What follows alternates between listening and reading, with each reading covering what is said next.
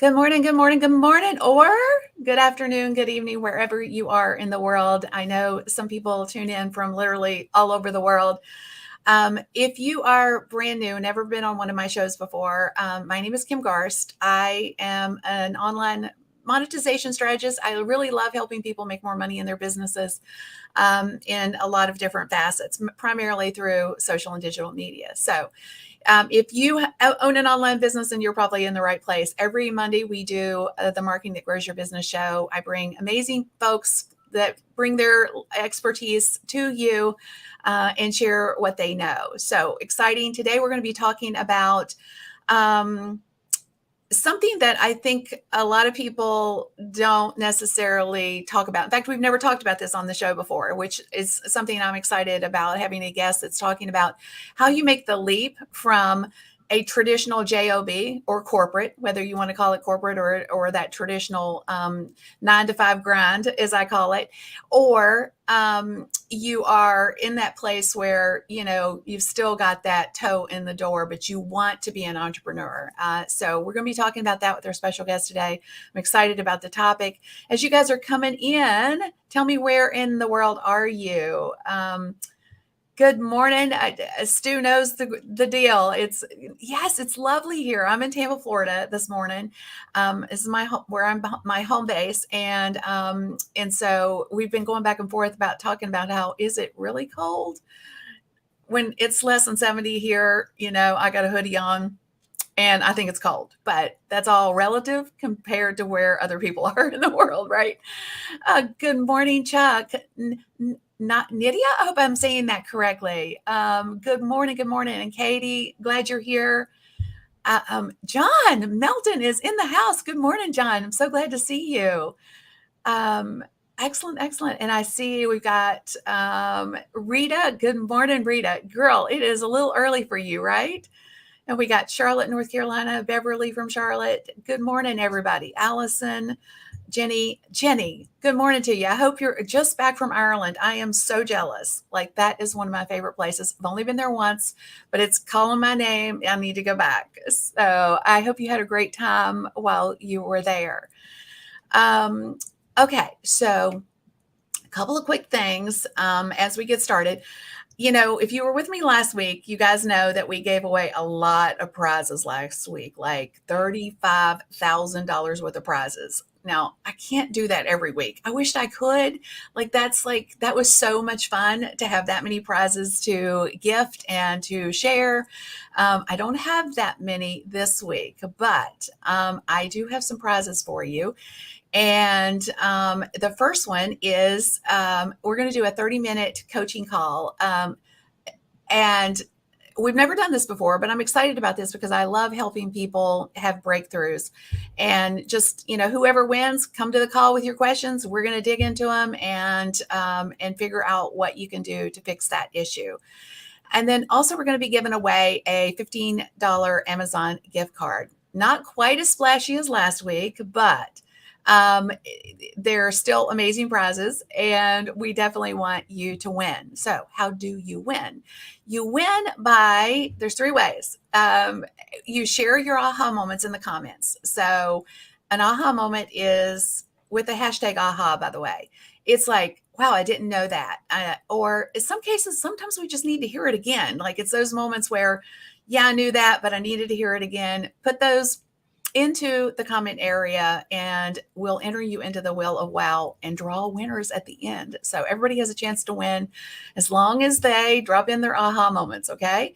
The other way, and you get additional entries if you tag someone who would get benefit from this. So if you know somebody who wants to become an entrepreneur, who wants to start their own business, this would be a perfect show to invite them to. So tag them, sprinkle it out into the world, and let's get some more folks in here because our special guest is going to be dropping some amazing knowledge bombs for us today.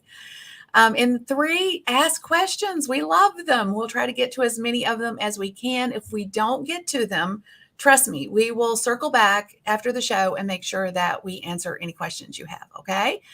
Now, if you would like if you are here, but you are like, I'm not sure I can stay the whole time, or if you don't want to be stressed over taking notes, um, let me share how you can get notes for today's live show. All you have to do is type in down under notes, okay?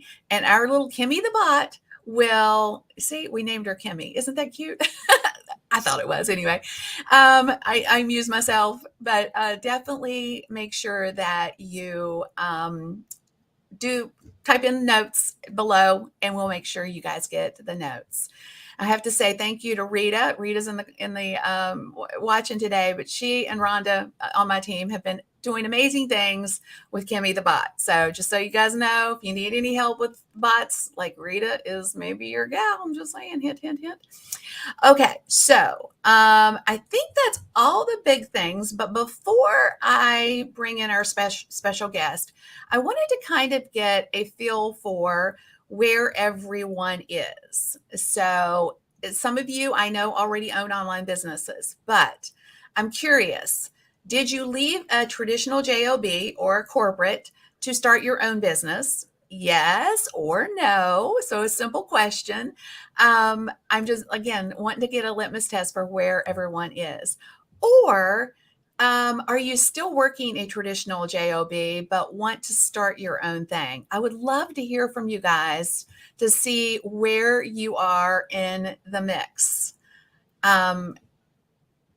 So thanks, Chuck. Okay, so trying to get a feel for, again, wherever. So Beverly is yes. So she's saying yes, she left corporate to start her own thing. I'm curious, and Jenny is saying yes, left a job.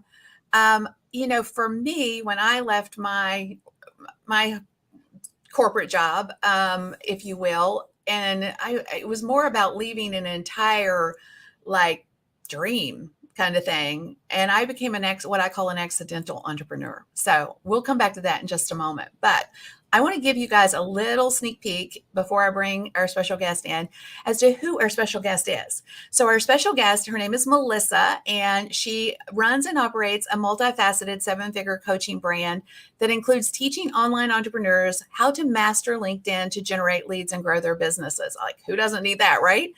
She leads the Burnout to All Out Mastermind, a LinkedIn method agency, as well as continues to operate her successful e-com business.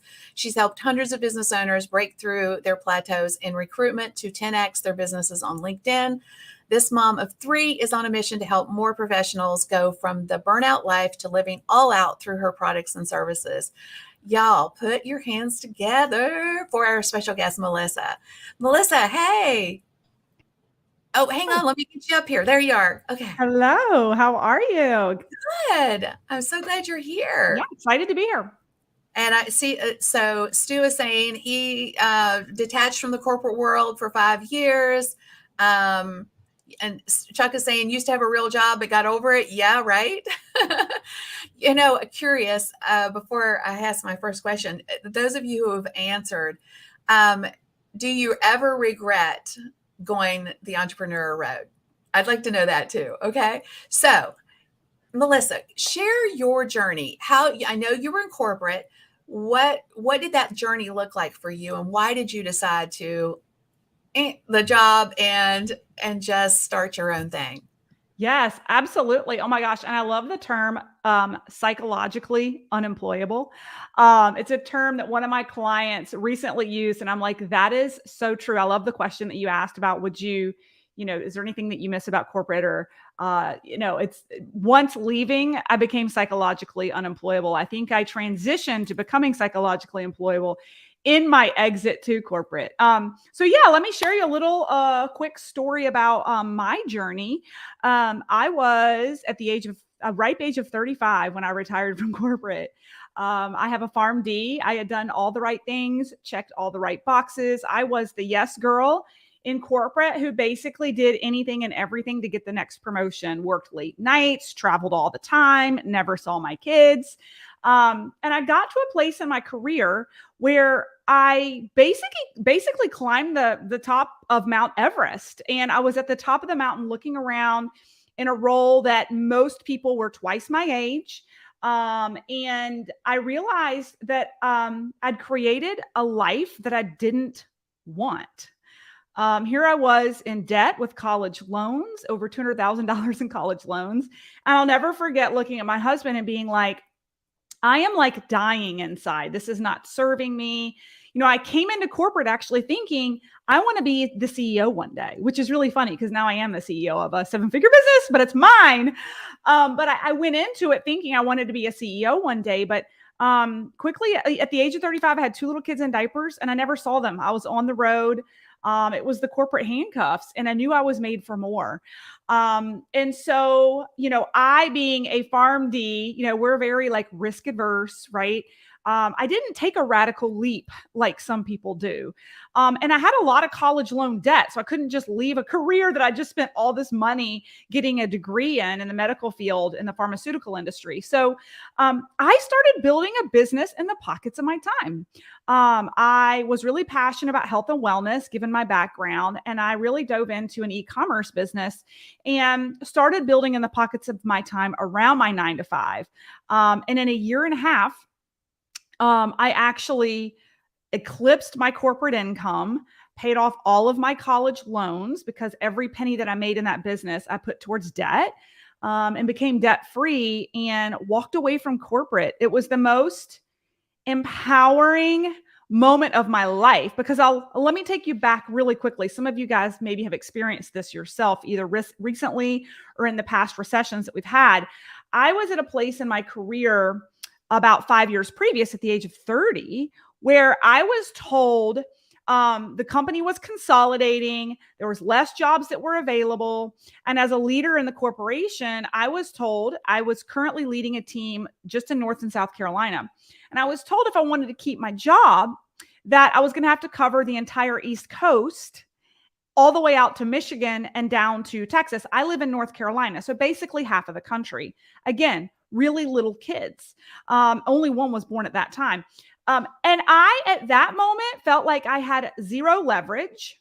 I had zero control. I had all this education and I had a multiple 6-figure income, and someone else was controlling my destiny, controlling literally every waking moment of my life. And I felt so disempowered. And so fast forward, when I found a way to build an additional income stream, I found a way to build a business around my 9 to 5. It was the most empowering moment to tell my boss when I was pregnant with my 3rd child and ready to do life differently this time and work from home and scale my dreams. The company was going through another consolidation. We were consulting, actually. I was consulting with a company who wanted to actually purchase us. And I'll never forget my boss saying, they're purchasing us. You're going to have to interview for the role while you're on maternity leave. So I had my child was not even 4 weeks old. And I was being asked to show up in the middle of maternity leave if I wanted to keep my job, to interview for a job to be acquired from the company and be an employee for them, which was not what I wanted to do. So to bring that full circle, it was the most empowering moment of my life to tell my boss, you know what? This isn't serving me. It's not serving my family. This is my last maternity leave. This is my last child. And I'm out. I'm not going to do this. One thing that you said a moment ago, and I think this is super powerful, especially for us women, although I will say it's not just exclusive to women, because I think sometimes we make that assumption, but you also had somebody else making the decision on whether or not you were going to be able to spend time with your children and with your family. Right. And, and you felt, I'm assuming you had felt no control over that. That was definitely my situation. Like when I was on my way to law school and, I say when I'm an accidental entrepreneur, I didn't start out even thinking that, I had no vision for, where I would end up. Right. But, I also knew that my family, my newborn, I did not want him in daycare. I wanted to be the one, to be there for him. So that changed my world, and so that's one of the things. And you talked about, you started your business in the pockets of your time. I would love to talk about that just a little bit because most times people think they don't have any time. They work a traditional job. It's an hour to get to work. You get your 8 hours in, an hour back. I mean, people live like that. They come home, they hustle, they get their kids dinner, they do laundry, they have to clean up a little bit, like whatever the scenario is. And it's a rinse and repeat model every day. Yes. So how did you find pockets of time in order to start your new business? Such a great question. And I will tell you, I learned about 6 or 7 years ago to just stop watching Netflix and stop scrolling on social media at all. What I learned is that nothing really productive happens after about 9 p.m. I find that a lot of people actually waste a lot of dead energy time just vegetating in the evenings in front of the TV or scrolling from like 9 to 11 p.m. Nothing productive really happens unless you're that special type of person whose your productivity time is late in the evening, right? And I had little kids. So let's keep in mind, they got up early, right? And so what I did was I started going to bed like right after my kids did. And I do to this day, operating multiple businesses. People are surprised, like sleep is very important to me, but I'm up really early. And so I got up at 4 a.m. for probably a year and did the most important income producing things that I needed to do to grow my business from 4 to 5:30. And I did that for, again, about a year and a half. And I did take calls and do work in the evenings after my kids went to bed. But I also was going to bed early and not watching TV, like not Netflixing. I just resist getting into the binge of any series or anything like that. Now, that might not sound like a lot of fun, like fun for most people, right? But to me, it was a means to an end. It was a temporary time in life that I saw the light at the end of the tunnel. And believe me, there were wall kicking moments where I was wondering if the light was actually going to arrive or if I was just going to indefinitely spend even less time with my family building my dreams. But now I can work out when I want to. I can wake up when I want to. Now, I still choose to get up very early. But yeah, it was a matter of time management. And I will say, just to that point, I think there are seasons in life. I don't believe in balance. There's no such thing as things being balanced, but I do believe in harmony, right? There has to be harmony and give and take. And so for that year, I probably put on 5 or 6 pounds. I wasn't at the gym as often. Maybe I exercised 4 days a week instead of, 7 days a week. But I knew that when I got to the other end and could create the financial freedom, I could control my hours and run 6 miles this morning like I did today, do a cold plunge and spend my morning in the hot tub before working at 10 a.m., right? So it was like that temporary adjustment. We all have the same 24 hours. Like if you're watching this streaming right now on social media, you could be working on your business, right? So yeah, I don't know if that answers your question. It absolutely does. And I'm with you. I don't believe in work-life balance either, because I think there's seasons. Like you got things that, need your attention. And I think when you first start a business, it is hard. It is hard to, the work has to be done and you're the only one that can do it. And until you can potentially build a team and things like that. But it is very difficult, I think. And I remember getting up, well, on both ends of the spectrum. I was not as bad. I was not as disciplined as you. I would go to bed with my husband and then I would wait until he was asleep and then I'd sneak back downstairs and hope the steps didn't creak on the way back down because he'd catch me and bust me. I'd be like, oh, I was just going to the bathroom. I got lost, Yeah. But I would creep back downstairs. I would work some more, and then I would get up like at the dark 30 again and hit it again. So, and I'm notoriously bad for being a workaholic. But in the early days, you really just have to, That's right. and you have to find the time. So I'm curious, like when you first made the decision to say, okay, I'm going to find these pockets of time. I'm going to start my new business. I have all this background in whatever your traditional job was in pharma. What did that look like? How did you decide what you were going to start your business doing coming out of corporate? How did you make that decision on what's my business? What's it going to look like? What am I going to sell to people? Yeah, that's a great question. And it's evolved, right? So for me, when I was in corporate working full time, I was in massive college loan debt. I didn't have the capital to invest in something super high risk, right?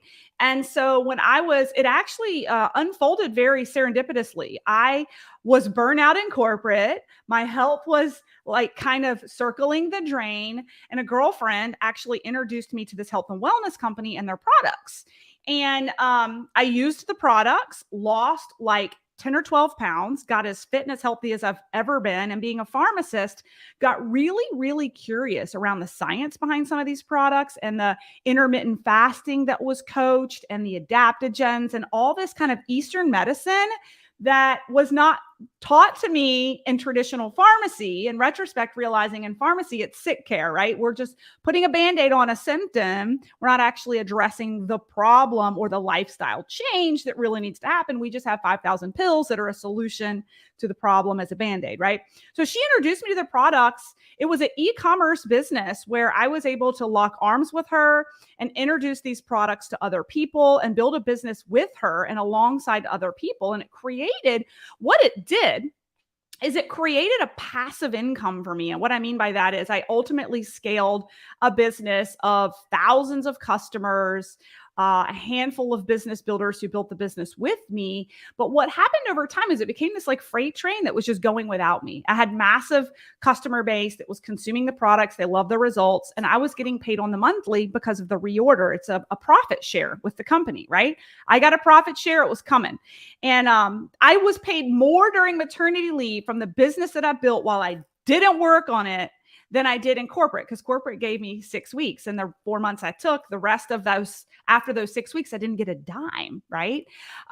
So it's interesting, but from there, I had created the passive income to then be able to take a leap as an entrepreneur and launch a business with my heart and soul that was 100% mine, right? And basically, my business was, wow, I'm using LinkedIn to attract all these amazing professionals to lock arms with me and build this particular business in e-commerce and health and wellness.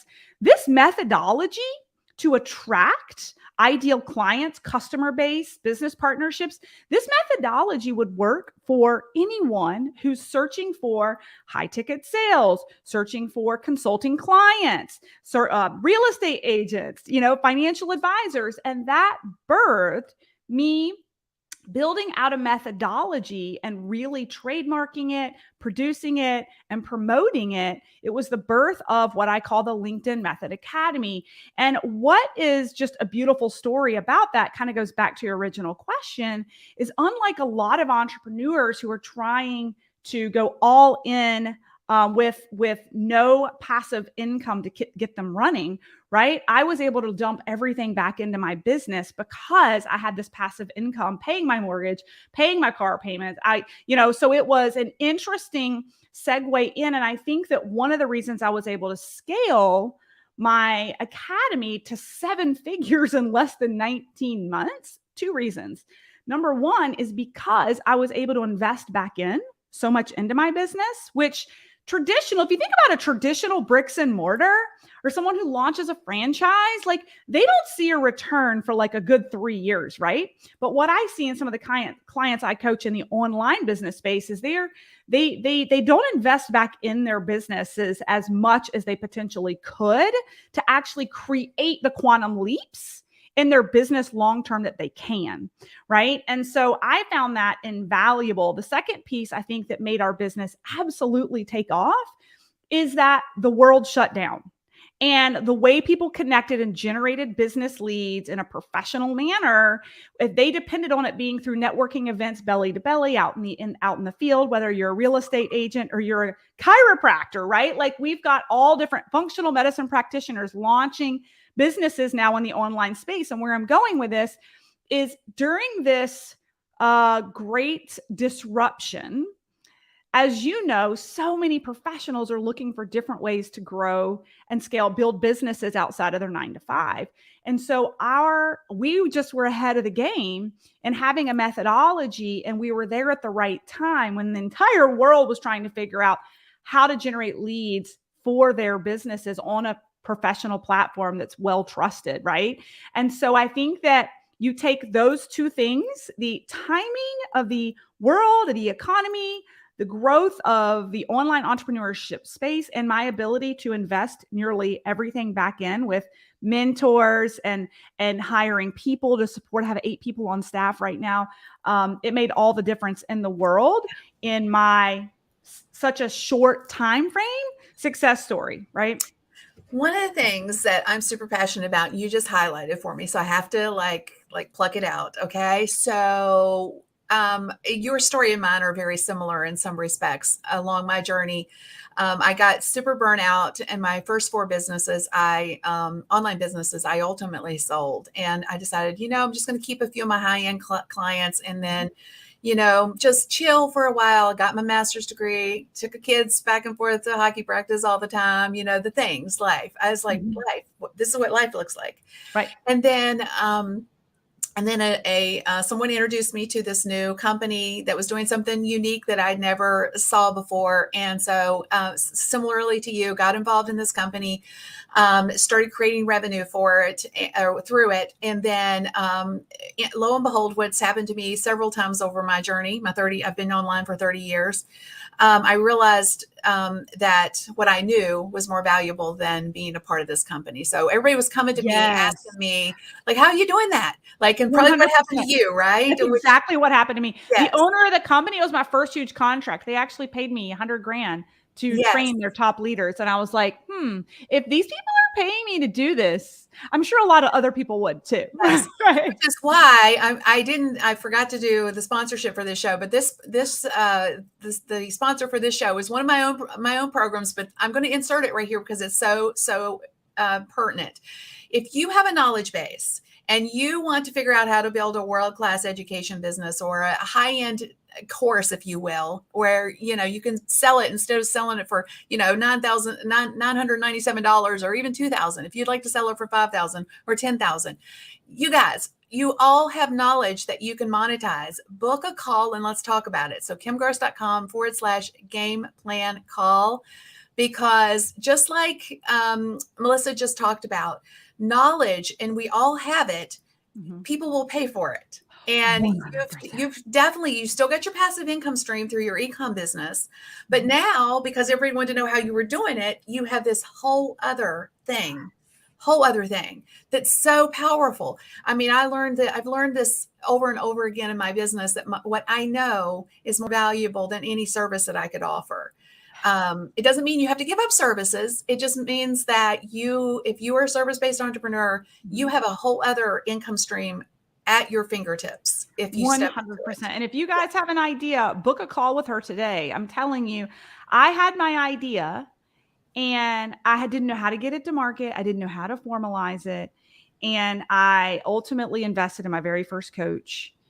And I nearly barfed when I handed over the money. It was like the most scary. I'd never invested in myself before besides college. And I think this is a really good point to make. I feel like the employee mindset is like, okay, I got my degree, I'm done investing in education. But if you're an entrepreneur, I just spent $50,000 in a mastermind this year, right? Same. Right. And last year I spent $50,000 in coaching and masterminds. But you know what? The ROI on it, because the people I invested in totally closed the gap for me instead of me white knuckling it and maybe figuring it out in 5 or 6 years and the opportunity passed me by because the world is back to a different place. Yeah. Right. So if you're in entrepreneurship and you want to get to the next level and you've got an idea, for sure, book a call with her, because it could completely change your outcome by just totally condensing time. Absolutely. I think that's, every mastermind I've ever been in, with the exception of one, you always have the one, has more than paid for what I've invested in myself. So I think you're exactly right. I think lots of times, and I will say this, when we are entrepreneurs investing in our own, it's not just the knowledge, it's the experience. Sometimes the experience, I think, is, somebody else who's already been there, done that, and can save you from doing the same things it's incredibly value based. And I just one of those things. But I think lots of times we don't look at it in the light of, well, what would a course cost me if I was to go to my local college, right? Exactly. And marketing. I'll just give you a quick example. This is like sorry, it's a touch point for me. Yeah. It's a trigger. But like my son went to school, got his degree in marketing, and like none of his professors had ever owned a business. Like, Right. right? It's Right. like, seriously, one, make sure you find somebody who, can tell you the scoop that's actually done it instead of Yes. out of a textbook, right? So 100%. I know. We joke about that sometimes in my own business with my staff. There's tons of LinkedIn coaches. If you go out there, but I challenge you, if you're looking for support in LinkedIn, make sure the person that's coaching it's actually been successful doing it. Like I grew a multiple 6-figure business using the strategies I teach. And now the strategies I teach have grown me a 7-figure business, and we coach it every day. But there are a lot of imposters out there that are just coaching. So definitely do your homework for sure. I love it. I know we kind of deviated a little bit there, but that's important messaging, so people need to know these things. So when people start to leave, or maybe a better question, we've talked about our own personal stories a little bit about why we decided to go into the entrepreneur space. But what are some of the common things that you see people making those decisions around? I know, especially right now during COVID, to your point, a lot of people are looking for other things. Their traditional JOBs were not as secure as they thought they were. So what are like top 3, if you had to name them, reasons why people decide to exit their JOB and become an entrepreneur? The top 3, gosh. Oh my gosh, there's so many. If we want to talk about kind of environmentally, like in the past 2 years, do you want to talk about that, or just like, I'll go there just because I've seen a huge transition. I think because we're seeing a mass exodus, especially of women. I don't know where the numbers are now, but they are tremendous in leaving their corporate jobs and starting their own businesses. I met a ton of them this past weekend at a summit, but I think that over the past 2 years, a lot of people have had the chance to work from home, and some people hate it. Okay. My husband hated it. He loves being at work. He loves being in front of the people that he leads. He loves the culture. Right. But there's a whole other demographic who realize, God, I don't have to spend an hour in the car both ways. Like that's 2 hours of my life. Right. I can get things done around the house while I'm working. And gosh, like there's a lot that can be done through the internet, right? And so I think that people got curious because they also had more time to themselves to kind of explore. I know that one of my dearest friends was an executive assistant for a top leader in a big bank, and she's left because she worked for him. She went in and commuted every day with 2 little kids, like the whole rigmarole of getting them ready, getting them to daycare, and then commuting into the city and dealing with parking and coming back. And during the last 2 years, she's been able to support him remotely. And now she's able to exercise, and she's able to take care of herself and cook a really healthy dinner. And the family's just more well-rounded, right? And so she's reaching out to me saying, is there any space for me to work with you in your business? Because there's got to be a way to support like these CEO types who are virtual, because now that I've had a taste of the sweet life, I just cannot fathom spending 2 hours of my day in the car, in a building. So I think that's a number 1 for me.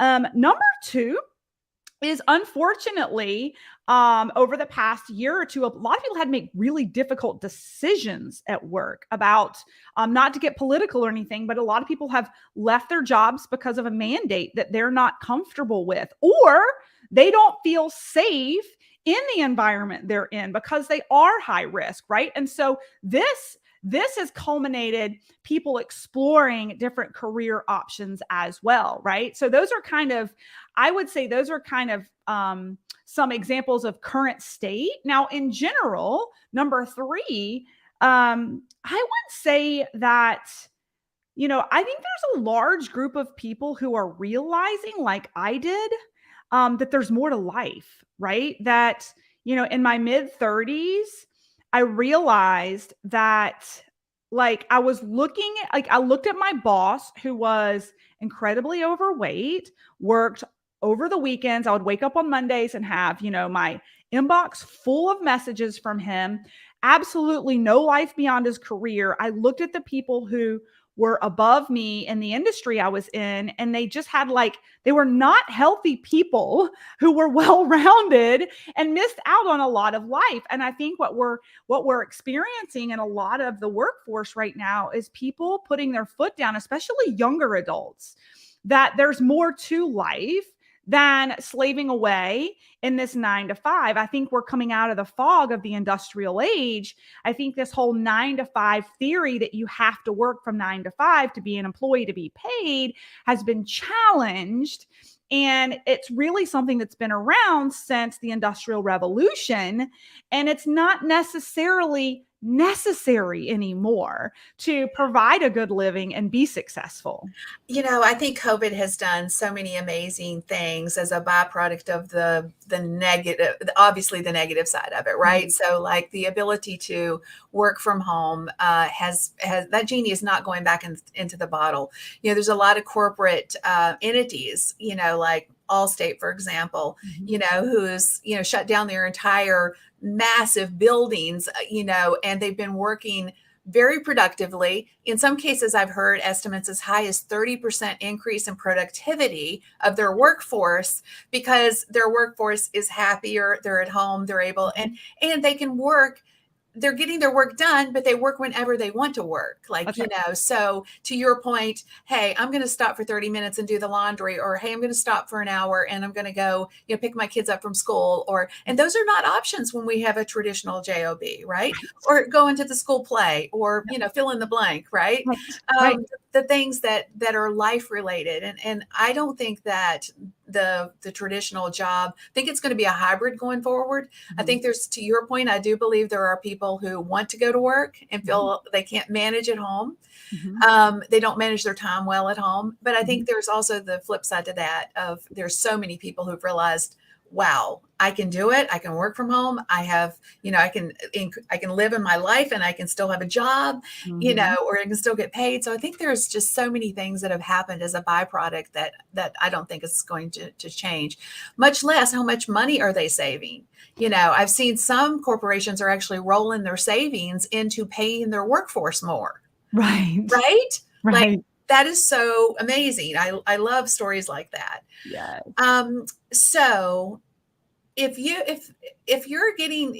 get to a place, whether it's like, I'm just done, I would love to have my life, or, hey, I know that I know something that somebody would pay for, or, whatever the situation is, what would you suggest from a transition perspective? What would that look like for somebody who's like, I'm so done. I need to make a plan B. Mhm. Is that like, do you like set aside a nest egg for, to fund you? What's your best advice for somebody who's in that place? Yeah, that's a great question, and kind of hindsight from my own experience. So if you've got an idea, gosh, if you already have an idea, that's one thing. If you're just completely burnt out and you're ready to get out, but you don't have an idea, that's a little bit more of a different question. But if you've got an idea that you think you could monetize, if are a solutions based person, if you've got this vision, there's a problem that you can solve. I think the biggest gap there that most people aren't willing to take the leap is to go out and sell it, like to formalize it and actually sell it and promote it. And I think a lot of people get lost in the online space because it's different than corporate, right? And so my biggest suggestion to you would be I mean, this kind of sounds like I'm kind of saying the same thing over and over again, but is to seek experts who can help you. I think that you're going to close the gap tremendously faster by investing in a coach or a mastermind that's structured to help you formalize your idea and take it to market, right? It's really, I can tell you from being an online entrepreneur that it can be very lonely to try to figure it out yourself, which is why when I made my very first investment, it was with a one-on-one coach who we worked together for 6 months. It cost me $12,000. And she helped me. She worked with my mindset because I was coming from corporate, super risk adverse. I had this idea. I didn't know what to do with it. She really helped me manifest and have the confidence to move forward with this idea and formalize it. But from there, and I made some money. I put it out there, but I didn't have the knowledge or the skill set from kind of a university-based kind of entrepreneurial way of scaling to 7 figures, this idea that was bringing in some income, but not this empire that I have now. So then I had to seek out other experts who had done that. And I found that I actually found, Kim, that it was really important for me to be invested in a group that was, some of them were way ahead of me in their businesses because that inspired me of what was possible. Some of them were even younger than me in their businesses, but in that group setting of kind of hot seating and hearing what people's challenges were, again, I grew so much in my knowledge, but also the networks and access of contractors and people that people were working with. Even to this day, I just left a summit where I got a really great contact for a guy who's going to build out my YouTube channel, right? So it's like being in these communities of people who are doing it will inspire you when you are having your wall kicking moments. I'll never forget the very first day I entered into my very first mastermind, and I'd had some successful months, but not huge months. I might have made $60,000 or $70,000 in a month, which is huge, but like not where I was headed. And I'll never forget coming into this mastermind, and this woman on day one, I pull my chair up to the table and she has $100,000 day. And I'm like, holy cow, I had 2 choices. I could feel really small, or I could feel really inspired that I was in this room with another woman who really was just like me. She was just further ahead. And I could pull up the chair and ask her questions and see, how could I provide value for her? I'm a LinkedIn expert. I can help her. I can help her get on LinkedIn, right? I leaned into her to understand some of the things that she was doing. So it was this give and take. So really surrounding yourself, I will always be in multiple communities of entrepreneurs because you got to be inspired by them. You learn from them, you connect with them, but also having a coach is huge. So that was a mouthful, but when you're first getting started, choose to invest either in a coach or a group program that aligns to you, because trying to figure it out on your own with like the free podcast and the stuff you're listening to right now is great, but that accountability one-on-one or in a group is absolutely transformational and will create quantum leaps in your business. I so agree with you. I couldn't have said it any better. I think that when you think you can't invest in yourself, there is so much information out there today. When I started years ago, there was no information. There was no YouTube to watch, until your eyes bled, no blog content. Today, it's very hard to discern what information we need to, what is going to matter to our businesses. Mm-hmm. So I want you to, if you're that person who thinks you can't afford it, if you can't afford to find somebody, I want you to think about how much time you've potentially wasted already. What's your time worth? How much money you've wasted on things that you thought were low cost that you needed just because shiny object. Oh, let me get that like Instagram training, or let me get this, whatever. So many people are wasting so much money. They think little money that they can afford, when if they just, most cases it's a waste of money. So invest in yourself and find out what you need to do, not what everybody else is doing, not the shiny object stuff. What is going to drive your business, versus somebody else's. So I am of the opinion you can't afford not to invest in yourself.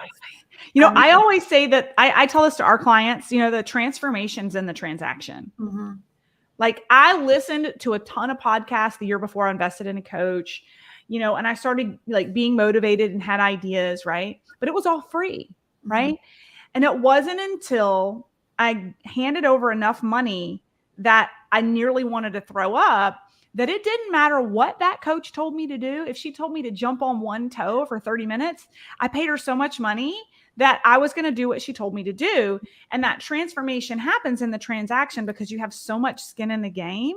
We can write down One of my mindset coaches told me this. It was a really good analogy. He said, I can take a piece of paper and I can write down on it like the 5 bullets that'll make you $1 million, and I can give it to you for $5. And chances of you executing on it are like 0 to none because you have no skin in the game. I handed you a piece of paper with 5 things that told you how to make $1 million. Now, if I wrote those 5 things down and there are 5 things to make $1 million and I charged you $50,000 for it and I handed it to you and you invested in it, you would get to work. Mm-hmm. You would get to work, right? Yeah. Yeah. Same methodology, but now you've got skin in the game, right? It's just the way the universe works. It's energetics. I totally agree. And, you just talked about mindset, and what do you think are some of the mindset traits of somebody who actually makes the transition successfully? Somebody who, says, hey, I'm going to leave corporate. I'm going to start my own thing. What are those top traits that you've seen, maybe from your own experience or in others, that makes them successful? Tenacity and resilience. If you are not okay with failing many times, you will not succeed. I say I've just failed forward, like just fail forward. Can you say that like one more time, please? Okay. I said tenacity and something else. I can't remember now, but I said you have to be comfortable with failing a lot, and you have to be comfortable with failing forward. And, fear. I think that what holds a lot of people back is fear, and it's that fear of failure. And I'm going to get kind of woo-woo on you for a minute, but it's all our amygdala. It's our lower primitive brain that's telling you not to do it because your brain is fearful you're going to fail, and it's trying to protect you. So I think that those of us who invest the most in our mindset and recognize that that's cute, that's just my primitive brain trying to protect me, but I am going to move forward with faith. I am going to move forward with faith that I will succeed. I will succeed. And breathing through that fear the first time and leaving corporate was terrifying. I had anxiety like the entire year I left. Like, am I going to have to go back? Is everybody on LinkedIn going to think I'm crazy? Right. And, but then with each leap and launching each business, I'm not going to say I ever get used to it. Every new thing I do, fear creeps up, but I've learned to be okay with fear being there and move forward anyway. And so I think that where people fail is they're too scared. And I know we've talked about coaches and stuff, but I will always have a mindset coach too. I was actually at a summit at the end of last year. Every 8-figure earner that I met had a business psychologist or a mindset coach they worked with all the time. It's the mental gymnastics of moving away from fear of the worst case scenario and running towards faith of the best case scenario that's ahead of you. It's so good. So good. I really think that I often said that I've made fear my BFF. Like, yes, if I'm fearful of something now, it's like, oh, okay, let's cozy up to that and let's see if we can't master it, because there's usually amazing things on the other side of fear. You just have to embrace it. And I know it's easy to say. I didn't start out like that. You probably didn't either, where we just like, yeah, we've got this. It was terrifying. It can be paralyzing, in all honesty. But, when you make that adjustment and say, okay, yeah, I failed, but what do I learn from it? And 100%. And I also think there's probably a lot of inner work for a lot of people, me included, around money. Yes. Because if you're coming from corporate and you've depended on that W-2, and you can have an interesting mindset around the abundance or lack thereof of money. And I, to this day, have to catch myself with that, coming from pretty much a poverty-stricken home when I was a child where money was never around. But having said that, working on that money mindset, if that's what's holding you back, is this fear of success and money, overcoming that can make a huge difference. I've come so far in realizing that money is just an energetic exchange. You could take everything I've built. You could take all the businesses I've built today, and I'm 100% confident I could go make money again now. Yeah. And so it's a huge shift in the scarcity mindset to abundance of there's enough money in this world. There is tons of money in this world that can come your way. You just have to be aligned to it. So Allison is so right. Dang, that inner work. Right. Right. So true. Yeah. I mean, it's just a part of being an entrepreneur, I think, Mhm. and I think that's a sign of a true entrepreneur, honestly, Mhm. is somebody who, like, just like you said, they could lose everything they have today, all the Mhm. things that they've built, and yet they know the core components of, recreating what they've built, and Mhm. they can go forward and do it again. Mhm. So, I think that's an incredible um, thing. It empowers us too to know that, like, so what? I mean, if everything went away today, I can do this all over It's again. a life skill, right? Like when we talked about investing in masterminding coaches, for anyone who's thinking about like, booking a call with you, the thing is, you do work with someone and it's a lifelong investment. It's a life skill that you learn, like working with someone like Kim. When you invest in that, it's not just a temporary transaction. Those skill sets that I learned 3 years ago, I'm taking with me for life, Yes. right? Mhm. Yes. And that's the thing is, you learn, you're constantly evolving. So let me ask you one, well, I know we're getting close to the end of our time together, but I wanted to ask a question, and this can be from your own perspective. And even, I know I asked the question at the beginning from others, if they ever regretted, making that leap from corporate to their own entrepreneur, or being an entrepreneur. But in your opinion, is it better to be your own boss than, having a boss? In my opinion, I think it depends on your personality. Um, and because there are a lot of unknowns and unpredictability in entrepreneurship. And there's a lot of ebbs and flows, and there's a lot of changes, and there's constant evolution. And my role and scope and what I do literally changes by the minute. And that actually fuels me when I'm like, I'm a visionary and I'm creating something new. Like, that is my jam, right? One of my best friends is a pharmacist who loves working retail. To me, that is like Chinese water torture, because she loves punching in, doing the exact same predictability of doing the same thing every day and punching out and having no responsibility when she gets home. She loves that separation, and just she thrives in the predictability and the mundane. So you have to ask yourself, am I innately designed to be an entrepreneur, right? I've even had staff that I've had to let go because they can't handle the changes in the pace of entrepreneurship. They need a more predictable job, right? So that would be my first part to the answer. So you have to assess your personality. But I will say, for me personally, I can't imagine. I am psychologically unemployable at this point. I have told my husband, if the world, like if the world came shattering down on my businesses today, I would sell this house and we would go live in a small home somewhere else, and I would start from scratch before I would ever go back to work. The ability to impact, first of all, my business is Burnout to All Out. And, I wrote a vision when I was in corporate, when I was in leadership training, that I wanted to be the example of a leader who could live a healthy life at home and at work. And so I actually wasn't able to do that at corporate. And now that I am home, I'm the healthiest I've ever been. Now, getting started was a sacrifice, right? But the autonomy with my schedule and the vacation, my husband is an employee, and it sucks all the time. There's so many trips we want to take. He can't come. He has to count his vacation days.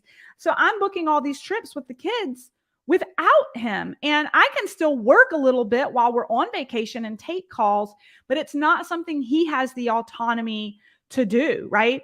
And so to be able to own something that is 100% yours, and see it be birthed and the impact of the lives that you're changing, to me, is priceless. And to be able to pivot on my own and implement my own ideas, priceless. And I mean, Priceless. yeah. Absolutely. Absolutely agree.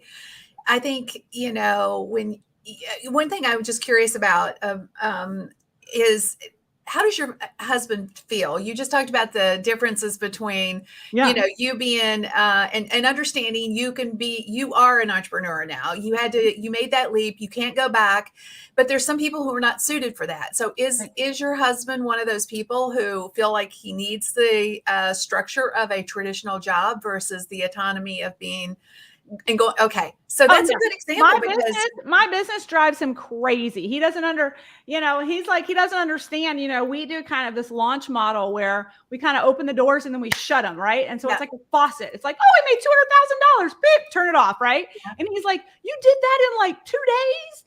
But then he's like, when's it coming in again? And it's like, a couple months from now before we do something like that. And so his mind, like, he's so used to this, like, steady paycheck, predictable, like, and for the peaks and valleys, I've had launches where we thought we were going to make $100,000 and we made 10, and he can't psychologically handle that. Right. Well, that's one of the problems too, even with the launch method, right? It's a feast or famine kind of thing.